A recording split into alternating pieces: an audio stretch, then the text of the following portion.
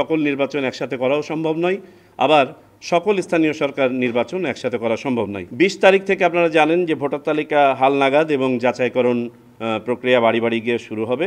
আমরা সিদ্ধান্ত নিয়েছি আনুষ্ঠানিকভাবে ওই দিন আমরা এই কার্যক্রম উদ্বোধন করব।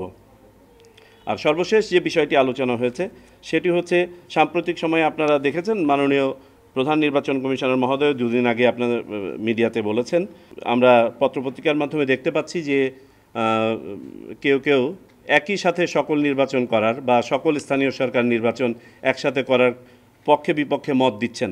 আমরা এটা নিয়ে আলোচনা করেছি, যেহেতু একটা পর্যায়ে গিয়ে এটা আমাদেরকেই কন্ডাক্ট করতে হবে এবং আমাদের প্রস্তুতি নিয়ে আলোচনা করেছি।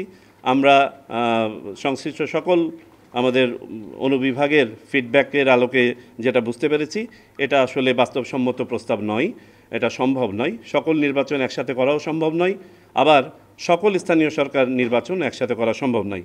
২৫০টিরও বেশি ডিজাইন অপশন নিয়ে ওয়ালটন স্মার্ট ফ্রিজ, বোঝে আপনার প্রয়োজন। বিস্তারিত পরে আমরা আরও এটা নিয়ে আলোচনা করব। এই ছিল আজকের সামগ্রিক আলোচনা। নির্বাচন কমিশন সচিবালয়ের জনবল কাঠামো এবং সরঞ্জামাদি হালনাগাদের বিষয়ে আলোচনা। এটি সংশ্লিষ্ট অফিসকে কম্প্রিহেন্সিভ প্রস্তাব তৈরি করতে বলা হয়েছে, যেটা আমরা প্রেরণ করব। ইভিএম যে প্রকল্পটা ছিল সেই প্রকল্প গত জুন মাসে শেষ হয়ে গেলেও এখনও পর্যন্ত পুরোপুরিভাবে ইভিএম টেক ওভার করা হয় নাই ইলেকশন কমিশন কর্তৃক। প্রশিক্ষণ অংশটুকু বাকি ছিল, সেই প্রশিক্ষণ এই সপ্তাহে শেষ হয়েছে।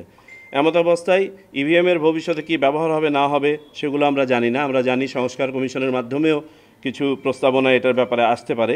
সেটা যাই আসুক না কেন, বর্তমান যে মেশিনগুলো আছে সেগুলোর রক্ষণাবেক্ষণ এবং দায় দায়িত্ব, এটার অপারেশন বুঝে নেওয়ার ব্যাপারে একটা সিদ্ধান্ত হয়েছে যে আমরা জরুরি ভিত্তিতে এটার দায় দায়িত্ব বুঝে নিব, রক্ষণাবেক্ষণ করব, তারপরে ভবিষ্যতে ইভিএম সংক্রান্ত যে সিদ্ধান্ত হবে সেই অনুযায়ী এটা ব্যবহৃত হবে বা হবে না।